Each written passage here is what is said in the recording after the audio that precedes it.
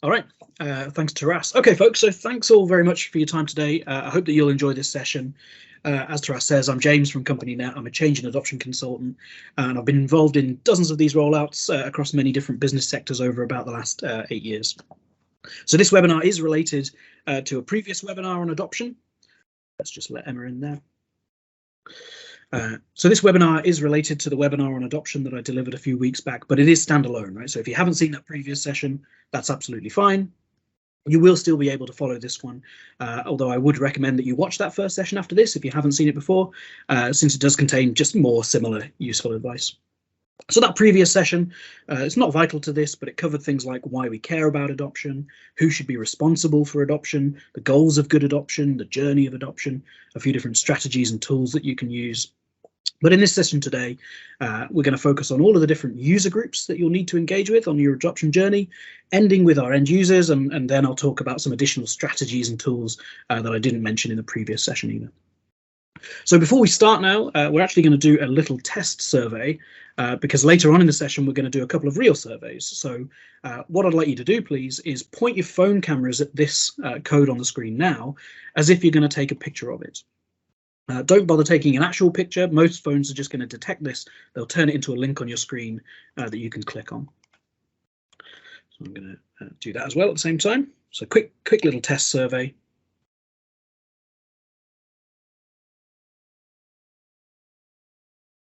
And I'll just have a look at the results as they come in.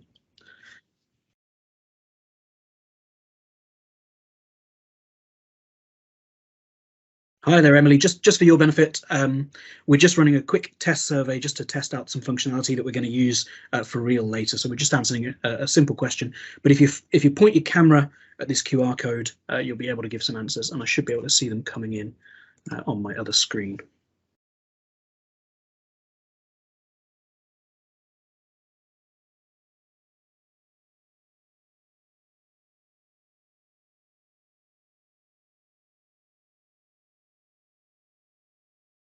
Should have ordered a pizza in, it looks like. Yeah, lot of fans of pizza. That looks like a good number of responses there. So I think we've all managed to do that successfully. If not, I'll leave the, we'll come back to it later, and I'll give anyone a hand that needs it. So let's move forward. Let me get back to my notes. Okay, so a quick little disclaimer up front. So CompanyNet, we are primarily a Microsoft partner. A lot of our software solutions and partnerships are built around the 365 suite of products, the Microsoft suite. But adoption is not platform dependent, right? So the knowledge and these practices, these are adaptable. They work for any software, any solution, any toolkit, beyond even the digital world. So I will mainly be focusing on Microsoft 365 language throughout this presentation, but it is still applicable to a lot of other change scenarios as well. But let's just start now with a quick 10-minute recap of some of the key points from the previous session, just to give us some focus going into this one, or just to give you the basics for those of you that didn't see that first one. So firstly, the goal of adoption is to have our employees using the software that we roll out in line with our business needs, so that we're getting proper value out of the software we've already paid for. And we care about adoption because of that value gain that we only get if we do adoption right. There are a load of statistics. I'm not going to belabor them here, but there are a load of statistics from respected business consultancy firms that show us the cost of failing to adopt our software properly, that show us the value of success. Lots of different useful statistics that we can use here, but we also do have the softer impact to consider as well. So things like the cost of retraining our staff, more support tickets, time spent asking colleagues for help or searching for instructions, procedural mistakes, compliance errors, and of course there is the unrealized value where our staff aren't empowered to improve their own business processes. But then the second point here is that, very importantly, a lot of people confuse adoption with handover, and especially training. Now, that is entirely missing the point. What adoption really is the activities that you undertake in order to reach a critical mass of staff in your user base that not only use and gain productive value from your software and processes and systems, but that continue to maintain their skills with it. They continue to spread that knowledge amongst your user base. So to simplify that message on the screen here, adoption is the activities that you undertake to reach critical mass of productive usage. And one of the other major points that's worth holding in mind is that adoption is larger than you might realize, mostly because it's continuous, or at least that it extends further into your project timeline than you might expect. It requires a bit more effort. It therefore has a higher impact on your costs, and you should factor that up in front of your project planning. But there is still a huge net value gain of doing adoption right, and it's helpful to compare that to the cost of failing to adopt our software properly. We also need to remind ourselves of how human the process of good adoption is. No amount of training and providing user guides was ever as valuable as having users who were motivated to improve their skills to become more productive with our new software. So communication with our user base is an extremely high priority. We also know, if you're familiar with this, from this well-respected diffusion of innovation theory, that any given audience of people that encounters a change can be broken down into 5 main categories. We have them here. Our innovators, our early adopters, early majority, late majority, and laggards. And we can and we should always accept that there will always be laggards. There will always be this late majority who are slow to adopt a new change for any given reason. And this curve here represents all of the people affected by any given change, right? So it's always similar to this. It's kind of bell curve.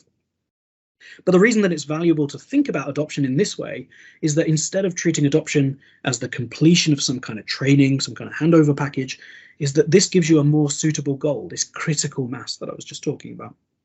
If you do hit critical mass, the tacit knowledge in your user base will snowball. It'll help you reach scale. And if you do stop engaging before you hit that critical mass, before you get to the top of the hill, you don't reach that realization of value. You don't get that return on investment. So the money that you've already spent on the software itself is wasted. So this is one of the big reasons that we want to do adoption right. And the final recap point, before I get into the real body of this session, is on pro-sized ADKAR model. This is a model that we always use as the foundation of an adoption strategy. These are there are a couple of important points here for each of these 5 stages, and this is really important to the content of this session, so I'll just expand on these, so apologies if you've seen this before. But firstly, note that we start with awareness, right? This means communication to the wider business, eventually, yes, but upfront, communication with the project team, project sponsors.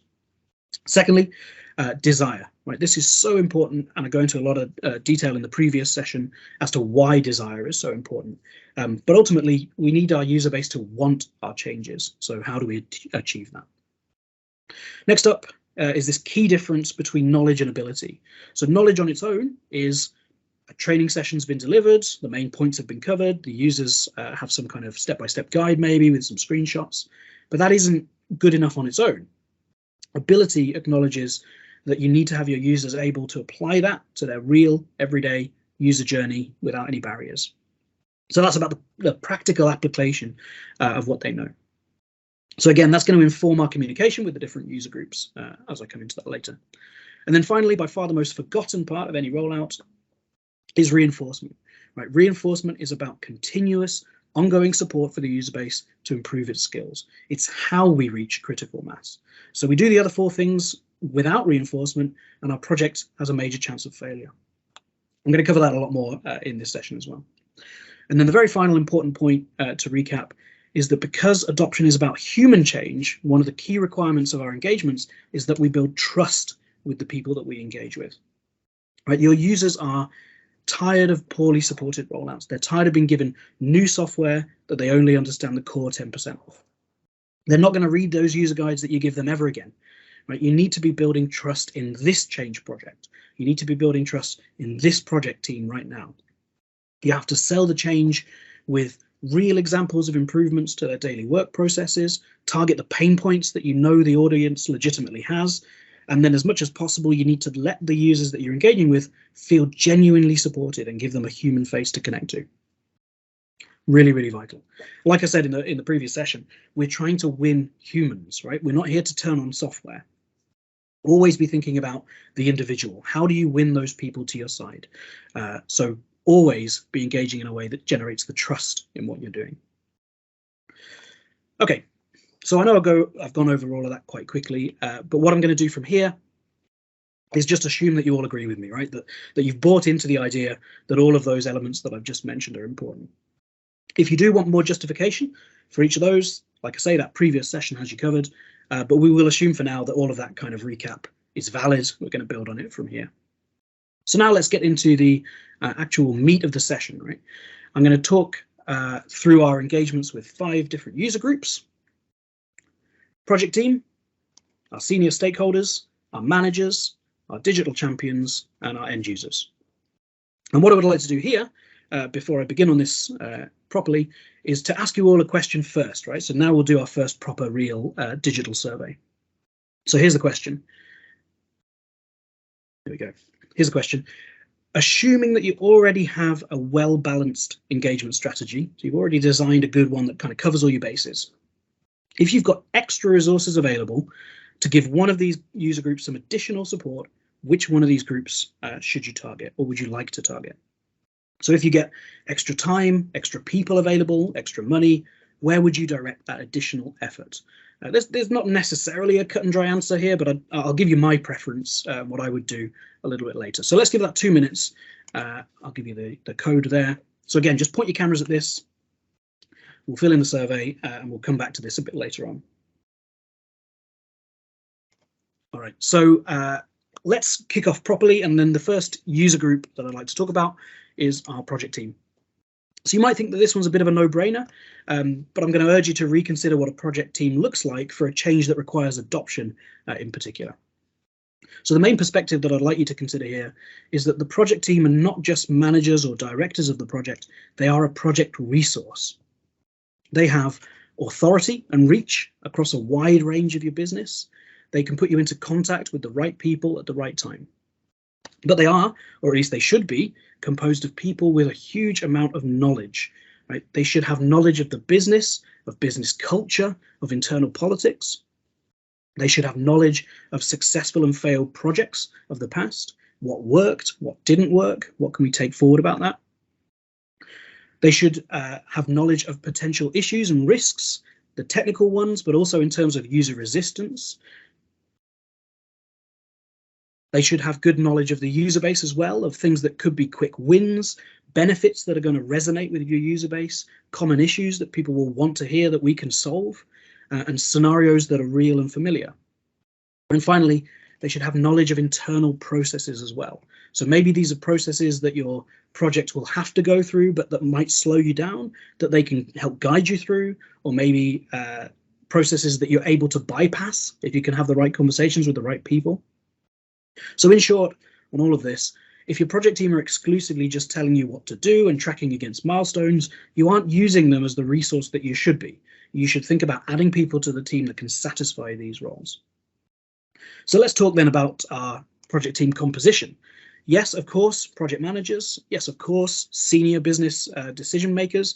Yes, of course, senior IT decision makers. Absolutely all of those kind of core members that are usually a part of a project team. But also consider people from the comms team, people from user interest groups like digital champions, people who've worked on similar projects to what you're doing right now. We also need to be certain that we're including people with sufficient decision-making power. You don't want to be constantly presenting to the project team only for them to then want you to present again to more senior people every time to actually get that decision made. You need sponsorship, you need authority on the team. And then how often should we be talking to our project team? Certainly at the beginning, you want to be talking to them as much and as quickly as you can, since nothing else should begin in your project until you all share that unique project vision. So a few workshops in quick succession can really kick things off well. Just 3 in a week, 4 in a week. But after that, you should be then just checking in regularly and normally, right? So weekly if possible, perhaps a little bit less for the more senior busy folk, but also you should be getting in contact reactively, right? You should be escalating to the project team where necessary, so this team you've put together can help you solve the problems that have come up. So up front, that project team has got to agree to their roles and to their responsibilities. Our project team are also the first group of people that you should be testing any form of communication on, including just informal stuff, right? Including just how this works, how our vision for it works, what the technical solution might start looking like. Because if they don't have that understanding, then you can bet that nobody else will. You need to be able to communicate to them because they're the first test. And finally, as I talked about in my previous webinar, it is a good idea to make a light branding for your project team, right? To help humanize your engagement, to help tackle the change fatigue in your user base by showing people that this is an all new approach, right? So something just as simple as having your comms identify you constantly as the CompanyNet Webinar project team, for example, that can go a long way here. People start to think, okay, this is a different group. I can trust them, or at least I should reset my level of trust that I might have had in the past. We're taking every opportunity that we can to build trust in what we're doing this time. Okay, so that's all for now on project teams. So let's take a shift to thinking about how we engage with senior stakeholders. And in order to get this bit right, we're going to spend this section being a little bit more honest than usual. We have to accept that senior stakeholders are difficult people to engage with. It's not diplomatic to say that in a meeting, of course, but it's sort of necessary to recognize their unique behaviors if we're going to engage with them productively in a way that delivers good organization-wide change. So let's just talk about some of those challenges. Firstly, our senior stakeholders are busy. They have a lot of responsibility and not a lot of time. We need to respect that. We need to expect it. We need to plan for it. They need to know only high-level information, broad strokes. They need reassurance. So when we engage with them, we need to be patient. We need to be prepared. They're also, very often, detail-oriented. So we need to understand what we're demonstrating. We need to show them things that are already well polished. This is a mistake that I've made a few times in the past, right? Saying, of course, this is just a demonstration, so everything we're showing you here is placeholder content. You can imagine for yourself how this will look when we bring it to life. But that's no good, right? People can't imagine how things will look. If you show them something that is that's a little bit wonky, a little bit half finished, people can't imagine it looking nice and polished. So it's better, even if you have to use smoke and mirrors, it's better to use a little bit of smoke and mirrors. Better to use content that looks realistic, processes that look real. You can be honest about the fact that it's smoke and mirrors, but you've got past that that imagination gap, I suppose. Say it will eventually work like this. This is just smoke and mirrors for now. Better to do that than ask them to fill in the gaps for themselves. And then fourthly on this list, they are also authoritative people. They know to trust their instincts. They know to be direct. They're used to mandating requirements that other people should be following. But importantly, detail-oriented and authoritative is a risk for us. So it's always especially important to maintain boundaries in our engagements. With respect, of course, we've got to clarify up front exactly what you're asking for them in a given engagement. You've got to be firm about where your requirements are coming from. It isn't them, they're giving you the goals. The requirements are coming from our users. They also sometimes focus on the negatives, so it's helpful to be prepared to remind them that the new world might not necessarily be perfect, but its advantages outweigh its disadvantages better than the current solution, right? That is still a net gain. You might need to stand firm when you're having these kind of conversations, especially in the world of software as a service. Not perfect, but still better is still better. But anyway, why do we want to engage with senior stakeholders? Because just like that project team, they are also a resource. They're not necessarily a formal resource, but they have clout and they've got reach. So their opinions carry weight throughout the entire business top down, which is really, really powerful. So they are our informal project sponsors. So senior stakeholders, informal project sponsors. So just thinking about that, we've got a group of challenging people to work with, and what we want for them is essentially just for them to be saying nice things about us. Is that correct? Does that sound correct? But yeah, no, that's it. That's what we want. We want them to like what we're doing so that they tell other people about it. That's it. But that's a very powerful liking what we're doing and telling other people about it. So how do we achieve that then? How do we get them to like what we're doing? Well, we find opportunities for engagements that demonstrate the good that we're doing. We can talk to our project team to learn about the senior stakeholders' culture, their needs, their pain points. We can see what we can do to improve things for them with what we're doing, right? Our software, if it has value to the senior stakeholders, let's give them that extra bit of love. So you might run them polished demonstrations of what you're doing. Maybe you could make them one of your pilot groups, not necessarily a true pilot, but more of a kind of a heavily supported freebie is a good approach. Maybe you would offer them a white glove service, just making sure that what you're rolling out early has all hands on deck, but they can use it and they can start showing off the fact that they're getting good value out of it early. Just give them that wow factor, give them excitement about your project. That's going to cascade through the business. So when you do come to engage with the other groups, they might have our awareness and desire from our ADKAR. They might have that already built in because they've heard good things from the right people. You've just got to tread gently around the politics. Anyway, speaking of managers, those are our next user group to focus on. So it's quite common to message managers before the rest of the user base in advance of a change, or maybe you have custom comms or newsletters just for managers. And if you're doing that, that's great. That is totally appropriate. And I'm just going to expand on that basically.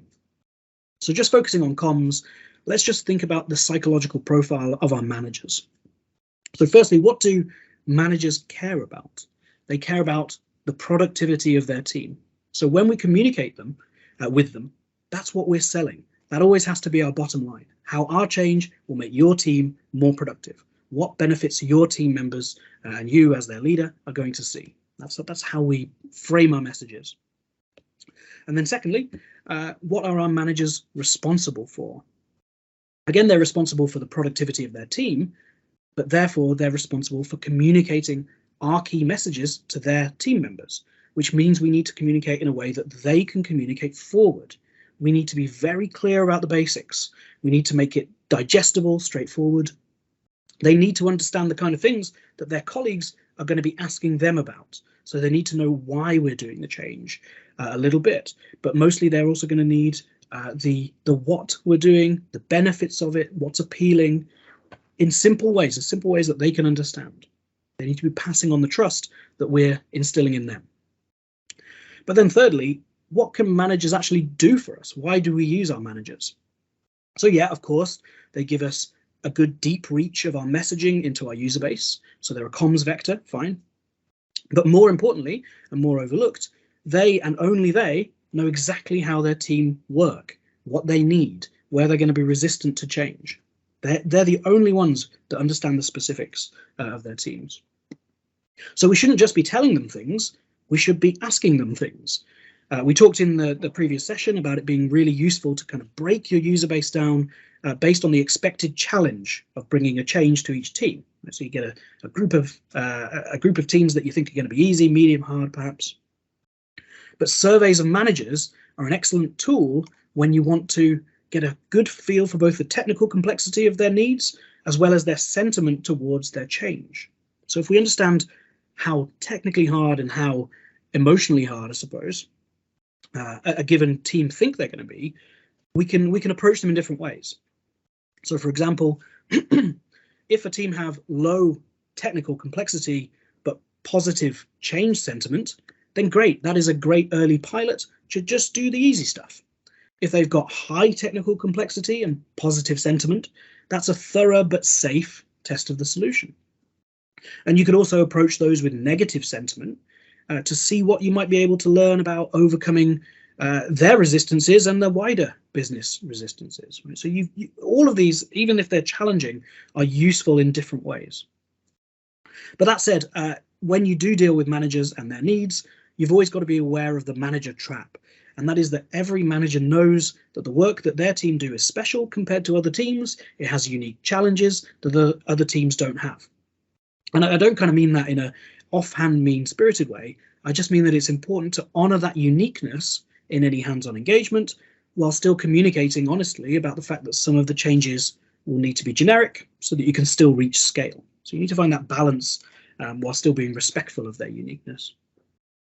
So anyway, when do we deal with our managers? A little bit around the middle when we want to start piloting, but we also want to make sure that we're communicating in line with ADKAR, right? So that is awareness early on, some desire building as we have more positives to show, some knowledge and ability near launch, and then reinforcement via support after, right? They're one of our core audiences for this kind of stuff. Okay, let's move on now to our fourth group of 5, our digital champions. So you might use different words for this user group internally. but they're usually volunteers from across the business who offer a little bit of their free time to act as digital support for their colleagues, usually in the form of attending meetings to gain knowledge about the technology that the company's using, or sharing that knowledge on with their colleagues, right? So they're a good technical kind of communication vector. But what's great about these people is that it means that we have access to a group of early adopters who already have desire, right? That's fantastic. They've got the desire built in, and they're up for this. So there's cheap momentum towards critical mass right there. So obviously it's really sensible to use them in that capacity, get them pushing the snowball down the hill for you by giving them knowledge and getting them to spread it for you. So the obvious good thing about them is that they have this breadth. They make a great comms vector. But what's often overlooked is this benefit of them being perceived as users just like me. Right? They're not managers, they're not senior colleagues, they're regular users in the trenches on the front lines using the exact same solutions as their colleagues. And we know that they're not having to push any kind of official narrative. So they are trusted, they're approachable. And of course, they're technically competent as well, which is great. So, you know, what's not to like about these guys? So we should be using them as a major vector for comms, typically via live meetings rather than email, because then we can have open discussions with them. They can answer their questions. They can get trust from our answers. So with them, you want to be sure to communicate what is changing, but also you want to be communicating to them their role, how they can support their colleagues, the answers to tricky questions that you might anticipate that they might have to answer. Help them to help their colleagues. And of course, as I kind of covered in the previous session, we can also use these as a major channel for support. So check out that session if you're interested in how to use them in that role in a resource efficient way. But beyond just comms and support, we should also be listening to our digital champions too. So like regular users, they understand the real, everyday working world in a way that their managers and our stakeholders don't. They can give us really useful insight very early. We can use them to validate our solutions. We can use them to validate our comms. They're a good tolerant group that make a great early pilot as well. The only thing to be wary about, really, with our digital champions is that they do generally have that higher technical skill than other colleagues. So you should be pessimistic with what they tell you, right? Take their positives with a grain of salt, take their negatives very seriously, because they're a little bit more savvy than others. Okay, so last but definitely not least on our list of 5, let's just talk about how we engage with end users. So this is the part that we normally focus on, as well you should, because they're the bulk of your user base, right? They are the largest group, they're the hardest group, they're where change actually happens. But note that if we've engaged with all those other groups well first, we're already a lot further than we would have been. Ideally, before we formally communicate any change to these guys, they should be well seeded with awareness and desire through those informal channels that have kind of percolated through to them. And of course, all of the other groups already mentioned in this session, they could be end users as well. So this group really means everyone, right? Not just those that aren't managers. And because everybody's an end user, everything we do needs to be focused on the end goal for these people. So we engage with them throughout the entire project, up to and beyond our launch. So to review these guys, because we're engaging with them the entire time, I thought it's best to look at the 3 main time periods of the project. So I'll tell you the main kind of mental action that you should have in your head for each of these time periods. So firstly, there we go. In the early stages of the project, your action here with end users is to listen to them for 2 good reasons. Number 1, obviously, we've got to understand their needs, right? They're our requirements group. But number 2, we want to listen to them early to give them a sense of involvement, of ownership of the project. If they feel heard, then we're generating trust. Trust generates desire. Desire increases momentum. Momentum helps us reach critical mass. So what do we do to kind of engage with them, to give them this sense of ownership? Well, a blanket sentiment survey can be really great, nice and early on. Ask the users what they feel about the solution that you're replacing. Look into their pain points, learn what they like that they already have, learn what they prioritize in terms of changes. Another good bit of early engagement to give your users a sense of ownership is a naming competition. Right? It's a little bit, we kind of don't care, but they get that sense of engagement. Right? But if you do a naming competition, don't go too democratic with it. I always find that the best kind of democratic method asks for open submission of ideas first, maybe then a first round of voting without revealing the results. And then it has a step where you kind of prune out any unpalatable options until you've only got the acceptable ones left. And then you let people have a kind of final vote with the results being public. And that way you avoid, for example, an intranet being called something silly like Boaty McBoatface or something boring like the Hive. We don't want to get too democratic with these things. And then secondly, in the middle part of the project, your action is to listen deeper, listen even more.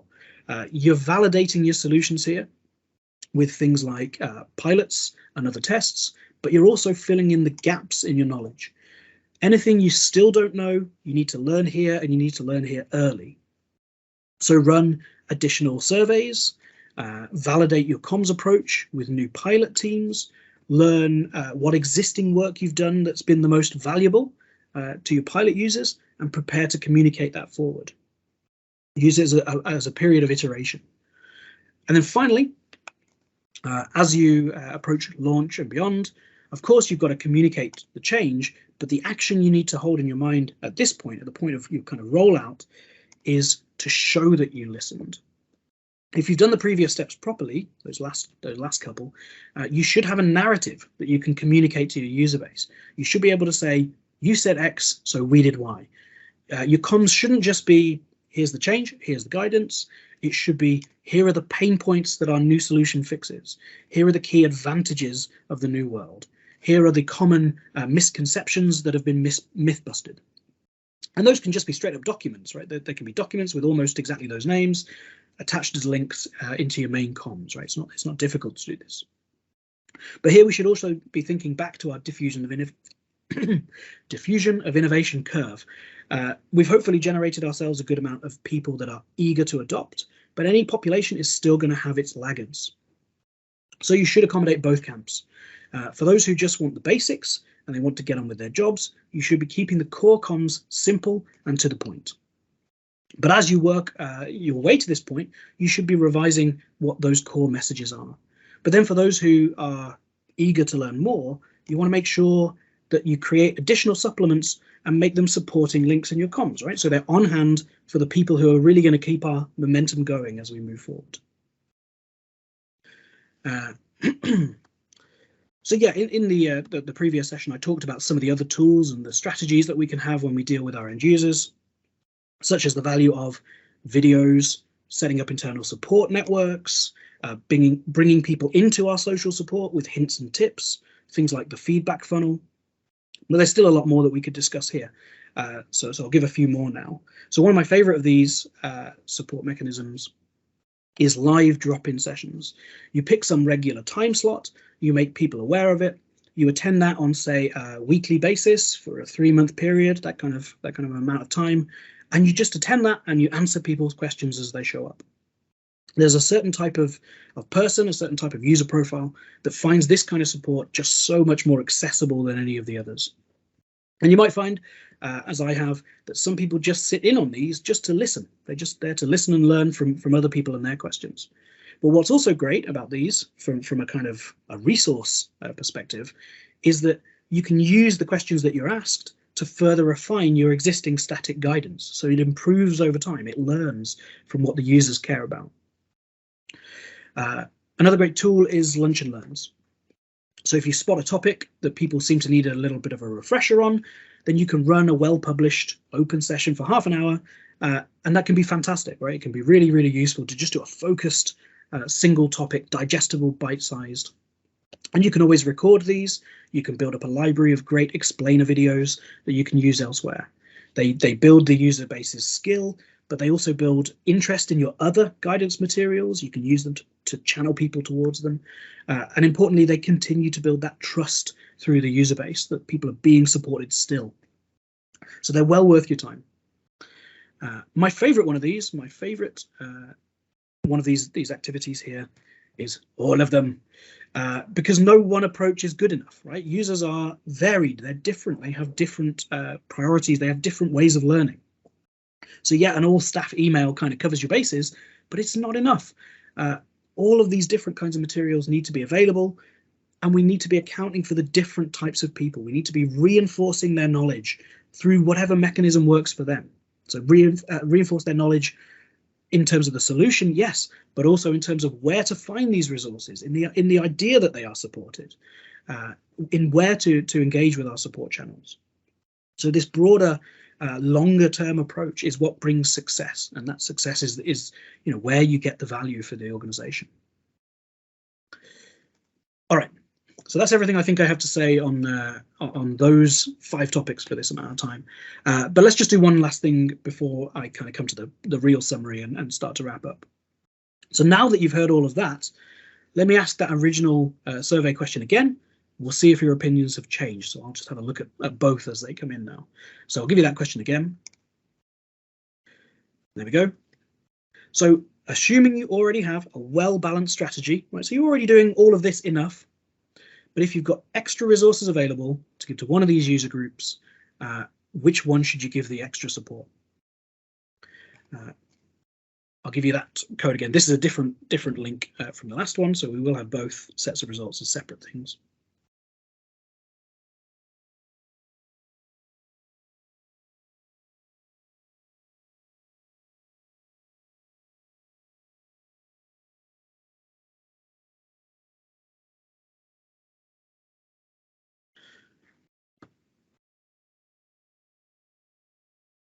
Let me take a look at those coming in.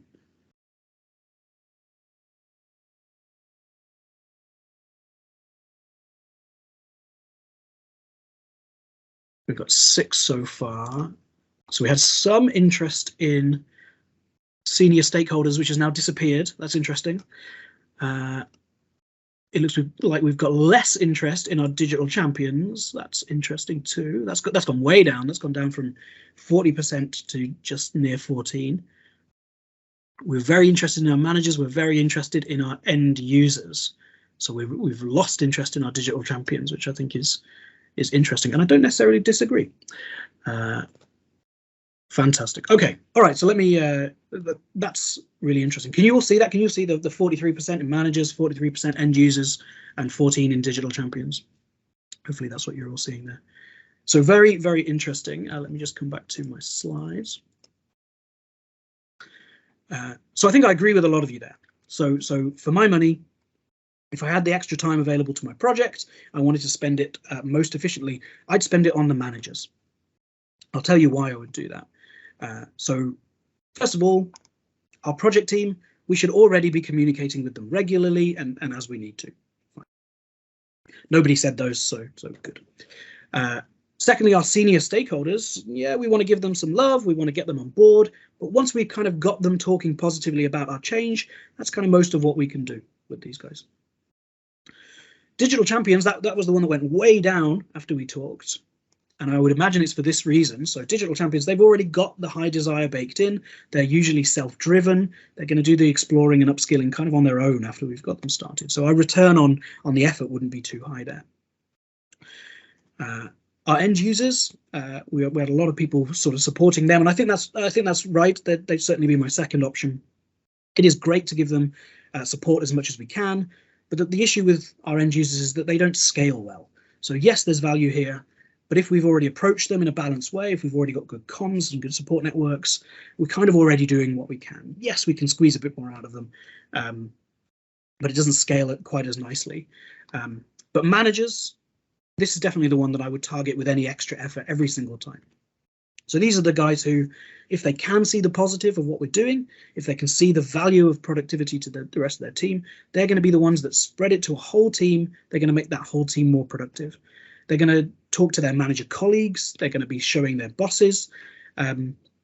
So certainly for me, if I know I've got a few hours spare over the next coming couple of weeks, I'm going to email a handful of managers. I'm going to offer a personal demonstration, a personal support, just time in front of a computer screen together.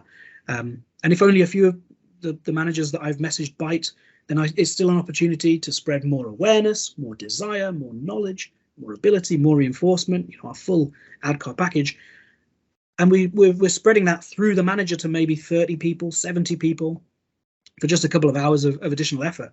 You don't need any additional prep time for that because the knowledge is already in your head. It's just a bit of calendar coordination.